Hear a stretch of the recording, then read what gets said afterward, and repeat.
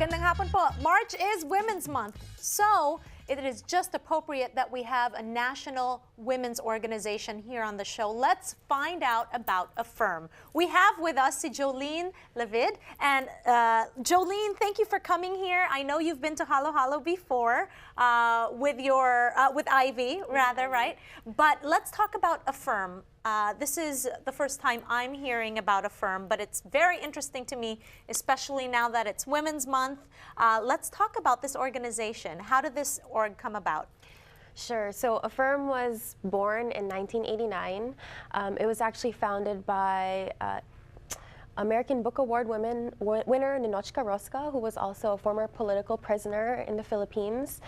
She came here exiled and then teamed up with an artist from Chicago, another Filipina, and actually a Jewish American woman who was interested in working in solidarity with the women of the Philippines. So that's how we were born over 25 years ago as GABNet.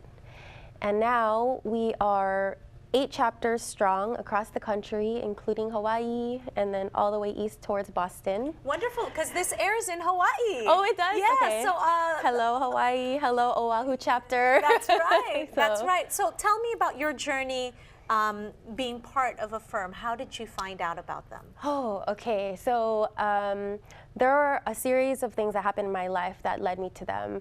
I remember the week that I met AF3IRM was the week that someone in Orange County, where I was going to my undergraduate college, had told me that I better go and learn some English. I was a English major at the time, so Excuse me? I had that same exact reaction. And it just so happened that same week I got a flyer for the Los Angeles chapter's annual political fashion show happening March 8th every year. So I went, I met the women, and I decided that this is really what I want to do with my life. I want to work and organize with women. I was a survivor. I am a survivor of domestic violence and sexual violence at a very young age, and it's a vehicle, right?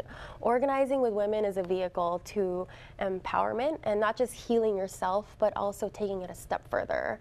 Like, how can I work so that no one has to experience that same type of violence that I had to experience? Mm-hmm. And I understand how powerful that can be to an individual to be part of this women's network that just inspires you to have a voice. Because I think as an individual and as a woman, exactly, that voice is suppressed, especially in society, right? But when you're part of this organization that really legitimizes your voice, that you're not alone, it's so powerful. I think what you're saying is exactly right on. The first thing, and I know this as a victim, right? The first thing that they do to you is take away your voice. Mm-hmm. That sense of helplessness that you feel the first time you're hit or the first time you experience sexual assault is it's shattering. It could really break you, and that's the whole point, right? They want to victimize and re-victimize you. But Jollene, let's face it. In the Filipino community, we don't talk about this, exactly, right? We don't talk about the fact that we are being abused.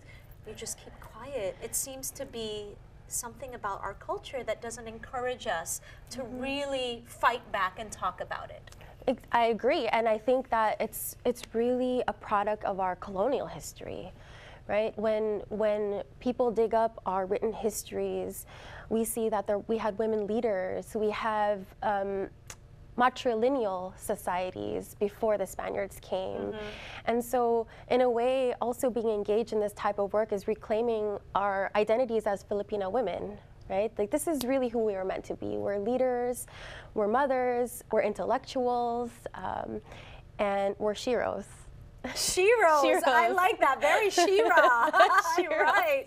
I understand, because from my perspective of working with Filipino women, especially in the reproductive health fight in the Philippines, separation of church and state becomes really the driving force of the battle, you know.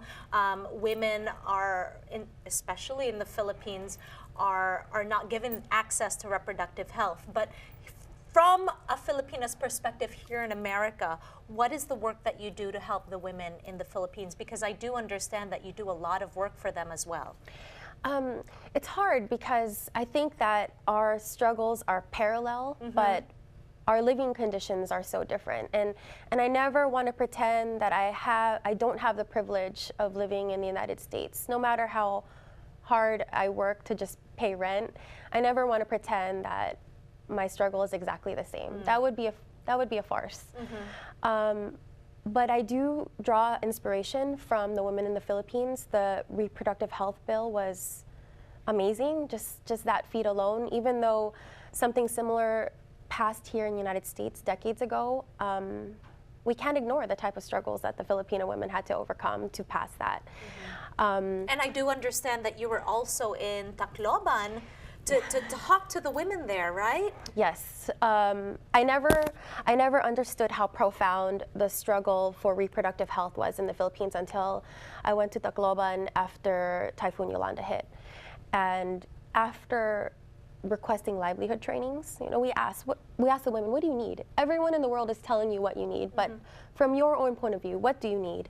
They said livelihood training because they want to be able to rebuild their lives, and they wanted reproductive health training. There you go. See, it's such a big issue we need to talk about. Okay, when we return, AF3IRM has an event that's happening March 8th. I hope to be there with all of you, women in solidarity, and not just women. We invite everybody to come along. We'll tell you those details when we return here on Kababayan Today.